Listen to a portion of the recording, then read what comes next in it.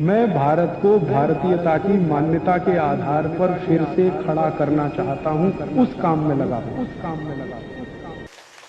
अंग्रेज आए तो अंग्रेजी आई, अंग्रेज गए तो अंग्रेजी चली जानी चाहिए थी। क्यों हमने रख लिया इस अंग्रेजी को? अंग्रेजी में पढ़ाते हैं अपने बच्चों को, मार मार के सिखाते हैं। बच्चे बेचारे अक्सर उसमें फेल हो जाते हैं। हिंदुस्तान के बच्चे गणित में पास होते हैं, भौतिकी में पास होते हैं, रसायन में पास होते हैं, अंग्रेजी में फेल हो जाते हैं। होना ही चाहिए उनको अंग्रेजी में फेल, क्योंकि अंग्रेजी विदेशी भाषा है। मुझे आप एक अंग्रेज बताइए और दिखाइए जो हिंदी में पास हो जाए, तो मैं अंग्रेजी में पास होकर दिखा सकता हूं। जब कोई अंग्रेज हिंदी में पास नहीं हो सकता, तो हम भारत के विद्यार्थियों से क्यों अपेक्षा कर रहे हैं कि वो अंग्रेजी में पास हो? और अंग्रेजी भाषा नहीं है पास होने लायक, ये तो भाषा ही रद्दी है। इस भाषा का इतिहास जब मैंने पढ़ा, 5वीं शताब्दी में तो ये भाषा आई, माने मुश्किल से 1500 साल पुरानी है। हमारी भाषा तो करोड़ों साल पुरानी है। संस्कृत, हिंदी, मराठी, तमिल, तेलुगु, कन्नड़, मलयालम, ये तो 1500 साल पुरानी है। और दुनिया की सबसे रद्दी भाषा है अंग्रेजी, जिसकी कोई अपनी व्याकरण नहीं है जो शुद्ध हो और ठीक हो।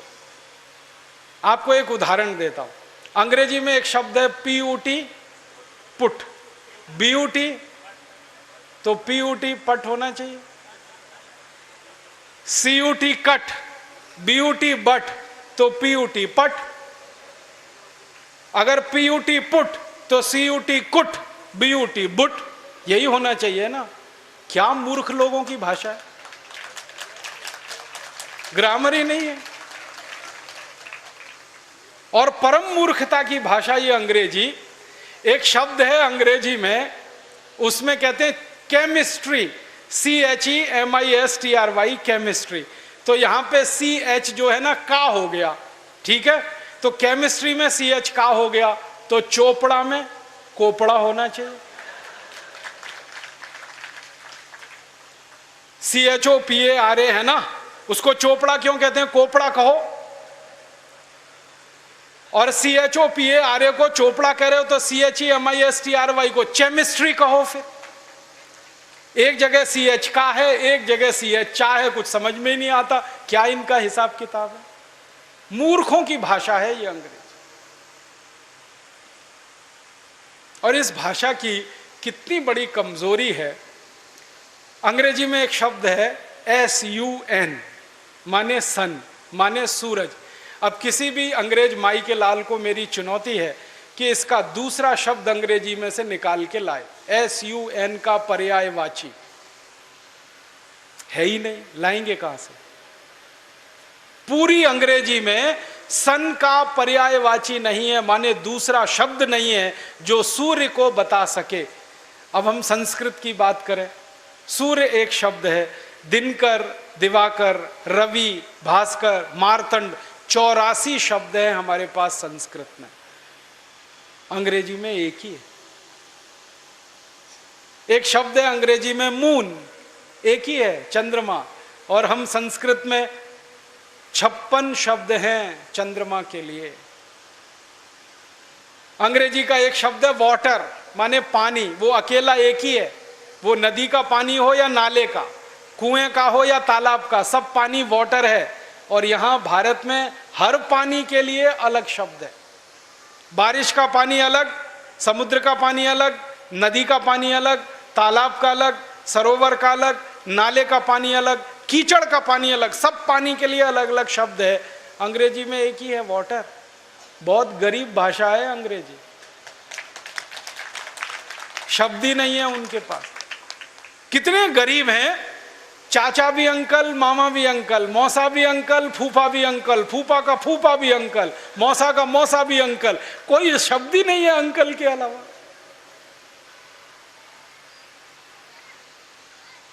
और चाची, मामी, मौसी, सब आंटी, कोई दूसरा ही शब्द नहीं है उनके। हम तो मूर्ख लोग इस अंग्रेजी में फंस गए। अकल नहीं हमारी तो मारी गई है। हमारे देश में जो अंग्रेजी पढ़ गए ना, अकल उन्हीं की मारी गई है। जो नहीं पढ़े वो बहुत होशियार।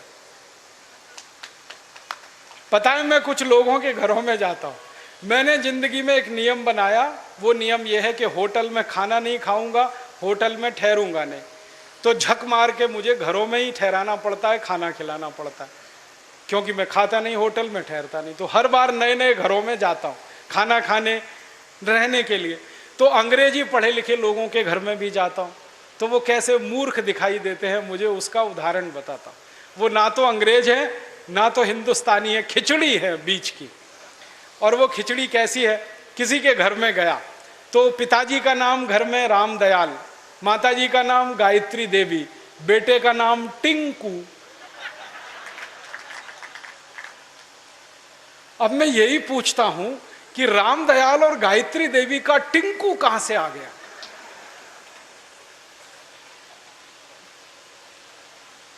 फिर मैं उनको पूछता हूं आपको मालूम है टिंकू का अर्थ क्या है?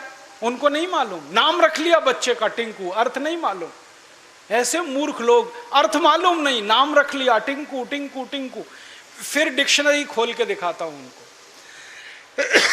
अंग्रेजों की सबसे पुरानी डिक्शनरी है वेबस्टर डिक्शनरी। उसमें टिंकू का अर्थ है आवारा लड़का।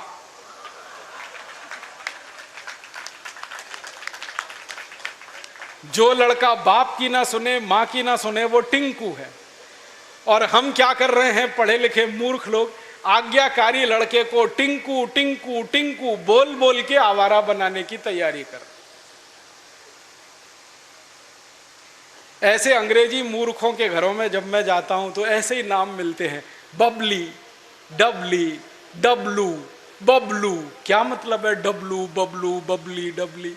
डिम्पल, ट्विंकल, कुछ मतलब ही नहीं। कुछ भारत में नाम की कमी हो गई है क्या? और इससे भी बड़ी बड़ी मूर्खताएं मैं देखता हूं। कोई अधकचरे हिंदुस्तानी, माने आधा अंग्रेज आधा हिंदुस्तानी के घर में जाऊं तो इंप्रेशन जमाने के लिए, माने रौब जमाने के लिए अंग्रेजी झाड़ेगा।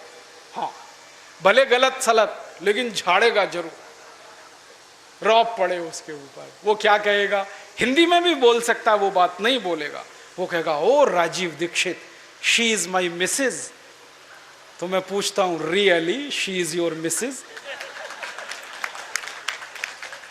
क्योंकि उसको मिसेस का अर्थ नहीं मालूम। मिसेस का अर्थ जानते हैं क्या है? हर देश की अपनी सभ्यता, अपनी संस्कृति होती है, तो उसमें से निकले हुए शब्द की भी अपने इतिहास और संस्कृति की व्यवस्था होती है। इंग्लैंड की सभ्यता कैसी है मालूम है? इंग्लैंड की सभ्यता में एक सबसे खराब बात है जो आपको कभी पसंद नहीं आएगी, कि वहां एक स्त्री और एक पुरुष जिंदगी भर साथ कभी भी नहीं रहते,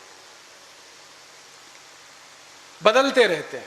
जैसे हम कपड़े बदलते हैं ना, वैसे वो एक दूसरे को बदलते रहते हैं। एक पुरुष की 20 स्त्रियां हो सकती हैं, एक स्त्री के 20 पुरुष हो सकते हैं। मेरे कई दोस्त हैं इंग्लैंड और यूरोप में जिनकी 40-40 शादियां हुई हैं, 41वीं करने को तैयार है। ये उनके यहां चलता रहता। इसको उनकी भाषा में कहते हैं एक्स्ट्रा मैरिटल अफेयर्स, पर स्त्री गमन पर पुरुष गमन। तो एक पुरुष कई स्त्रियों से संबंध रखता है, एक स्त्री कई पुरुषों से संबंध रखती है। तो पत्नी को छोड़कर जितनी स्त्रियों से संबंध रखने वाले होते हैं वो सब मिसेज में जाते हैं। माने मिसेज का अर्थ है धर्म पत्नी को छोड़कर कोई भी महिला जिसके साथ आप बिस्तर में रात को सोएं, वो मिसेज होती है, पत्नी को छोड़कर। अब यहां धर्म पत्नी को मिसेज बनाने में लगे हुए हैं मूर्खों के मूर्ख, पता नहीं कहां से पैदा हो। मिस्टर का मतलब उल्टा है, पति को छोड़कर कोई भी पुरुष जिसके साथ आप रात बिताएं वो मिस्टर होता है। यहां पति को मिस्टर बनाने में लगे हो। छोड़िए इन अंग्रेजी शब्दों को, इनमें कुछ दम नहीं। और एक तो सबसे खराब अंग्रेजी शब्द है, पता नहीं लोग बोलते कैसे हैं उसको, मैडम। आप जानते हैं मैडम कौन होता है यूरोप में? अंग्रेजों की संस्कृति में जहां पर पर स्त्री गमन होगा वहां वैश्यावृत्ति होने वाली है कि नहीं? पर स्त्री गमन, पर पुरुष गमन, वैश्यावृत्ति चरम पर होगी। तो वैश्याएं जो अपने कोठों को चलाती हैं, अपने वैश्यावृत्ति के काम में लगी हुई वैश्याओं की जो प्रमुख वैश्या होती है उसको मैडम कहते हैं।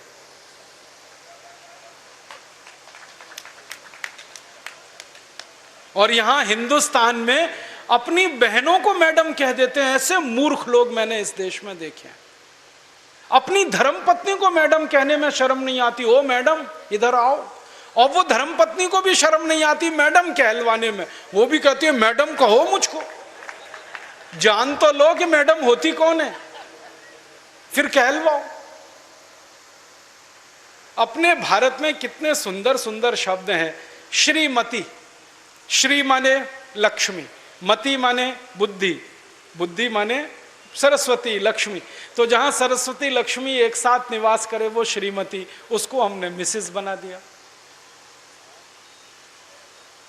ये मूर्खाधिपति हमारे देश में अंग्रेजी पढ़े लिखे, इन्होंने बड़ा सत्यानाश किया, बेड़ा गर्क किया इस देश का।